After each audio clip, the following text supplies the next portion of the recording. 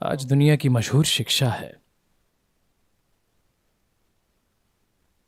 मुझे नहीं पता कि ये मुंबई में कितनी मशहूर है, पर पश्चिम में ये चीज़ें बहुत मशहूर हो गई हैं। कोई आपसे कहता है इस पल में जियो, कोई आपसे कहता है बस छोड़ दो सब ठीक हो जाएगा।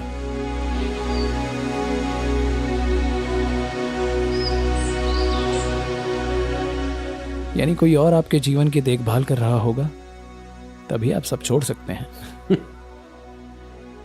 कोई आपसे कहता है एक बार में बस एक काम करें, ऐसे नहीं। देखिए, ये सभी पिछड़ी हुई शिक्षाएं हैं। यानी इनमें से एक दो को देखें, आप छोड़ ही क्या सकते हैं, मुझे बताएं।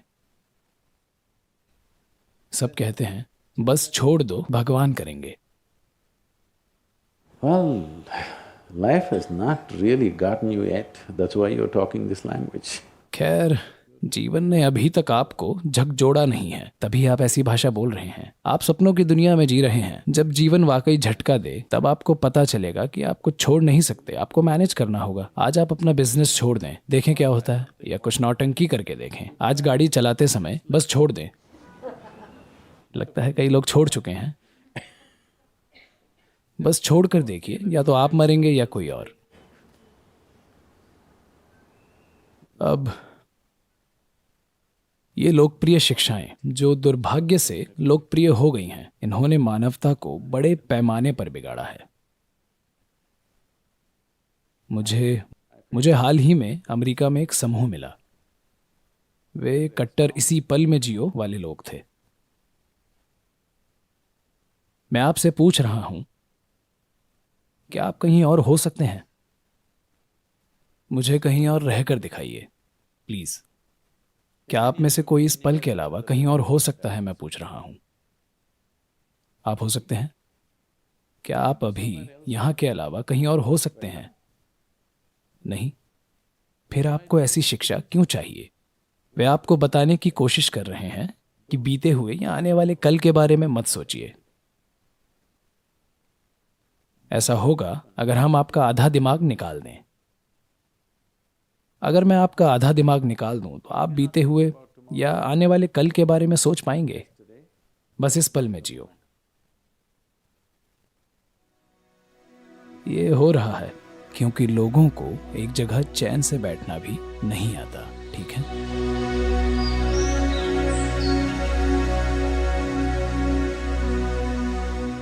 तो लोग ऐसे उपाय खोज रहे हैं। शंकरन पिल्लई ने अमेरिका में एक फार्मेसी खोली, और एक दिन उसे कोई काम था, कोई छोटा काम जो उसे करना था। तो उसने अपने किशोर बेटे से कहा, प्लीज 1 घंटे के लिए दुकान की देखभाल करो, मैं आता हूं। लड़के ने कहा, कोई बात नहीं डैड। तो वो बाहर गया। 1 घंटे बाद वो वापस आया। जब वो वापस आया तो दुकान के सामने एक आदमी था जो खंबे को गले लगाकर खड़ा था। उसकी आंखों की पुतलियां ऊपर चढ़ रही थीं और वो बिल्कुल पागल लग रहा था।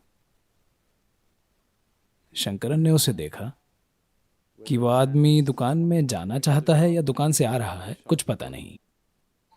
तो उसने उसे देखा और अंदर जाकर अपने बेटे से पूछा, वो आदमी कौन है जो इस तरह खंबे को गले लगा रहा है? क्या वो हमारा कस्टमर है? लड़के ने कहा, हाँ डैड, वो हमारा कस्टमर है। तुमने उसे क्या दिया? ओह, उसे काली खांसी थी, तो मैंने उसे जुलाब की दवाई दी और उसे यहीं पर गोलियां खिला दी, सारी गोलियां। उसने कहा, क्या काली खांसी के लिए तुमने उसे जुलाब की दवाई दी? क्यों? अरे डैड, उसे देखिए, क्या अब उसमें खांसने की हिम्मत है?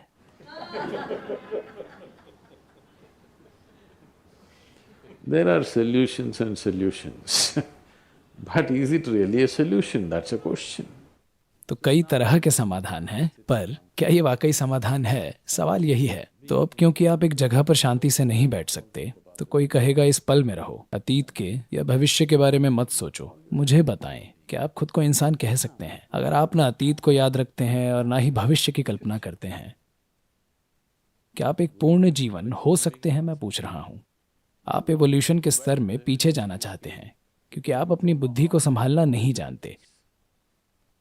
यही मनुष्य की सबसे बड़ी समस्या है। उनकी बस यही समस्या है। आप इसे हजारों नाम दे सकते हैं। But the only problem is you do not know how to handle your own intelligence, isn't it? पर इकलौती समस्या ये है कि आप अपनी बुद्धि संभालना नहीं जानते, है ना? आप देखेंगे अगर हम आपका आधा दिमाग निकाल दें तो आप शांत हो जाएंगे, हाँ या ना? पर मैं पूछ रहा हूँ, क्या ये कोई समाधान है? क्या ये कोई उपाय है कि आपका आधा दिमाग निकाल दिया जाए, यानी मुड़कर अतीत में देखने और भविष्य में देखने की आपकी क्षमता को ही निकाल देना? अगर आप ये क्षमता हटा दें तो शायद आप शांत हो जाएंगे, पर इससे क्या हासिल होगा? मुझे पता है कि आज कई लोग ये बातें कर रहे हैं। शांत होना या मन की शांति ही आपके जीवन का परम लक्ष्य है। यहाँ तक कि ये नाम के आध्यात्मिक शिक्षक और लीडर्स भी कह रहे हैं, मन की शांति ही परम लक्ष्य है। आप अपना दिमाग लगाइए और बताइए, क्या आप आज रात खाने का मजा ले सकते हैं? अगर आप शांत नहीं हैं, अगर खुश नहीं, तो कम से कम आपको शांत तो होना चाहिए खाने का मजा लेने के लिए, है ना? क्या आप घर ड्राइव करने का मजा ले सकते हैं अगर आप शांत नहीं हैं? क्या आप अपने आसपास के लोगों का या फिर अपने काम का आनंद ले सकते हैं अगर आप शांत नहीं हैं? मैं पूछ रहा हूं। अगर आप खुश या आनंदित नहीं हैं तो आप कम से कम शांत तो हो, है ना? तो मैं आपसे पूछ रहा हूं, क्या यह जीवन की बुनियादी जरूरत है या ये जीवन का परम लक्ष्य है? ये सबसे बुनियादी जरूरत है। पर अब लोग शांति को स्वर्ग भेज रहे हैं, कह रहे हैं शांति जीवन का परम लक्ष्य है। ऐसे लोगों को कब्र में ही शांति मिलेगी।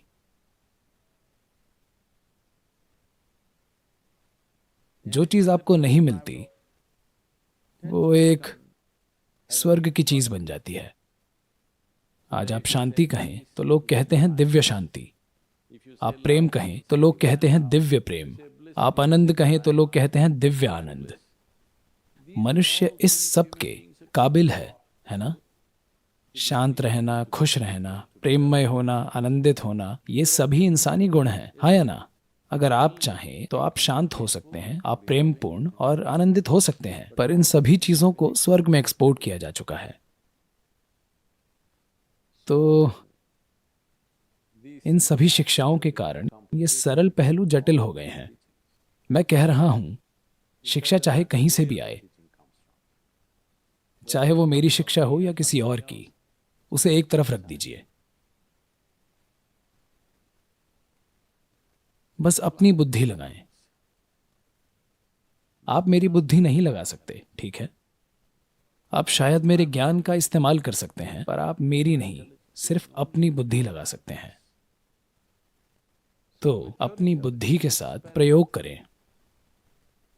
अगर ये मददगार हो तो करते रहिए, अगर मददगार ना हो तो इसे कल सुबह छोड़ दें। इसे एक और दिन जारी रखने की जरूरत नहीं है, पर पहले ये तय कीजिए, आप सांत्वना खोज रहे हैं या समाधान खोज रहे हैं? अगर आप सांत्वना खोज रहे हैं तो किसी भी चीज में विश्वास करें, यह काम करेगा, समझे? मान लीजिए कि जीवन का स्रोत इस बल्ब में है और हर दिन ऐसा कीजिए, यह काम करेगा। आप जो कर रहे हैं वो बस एक सस्ता मनोरोग इलाज है।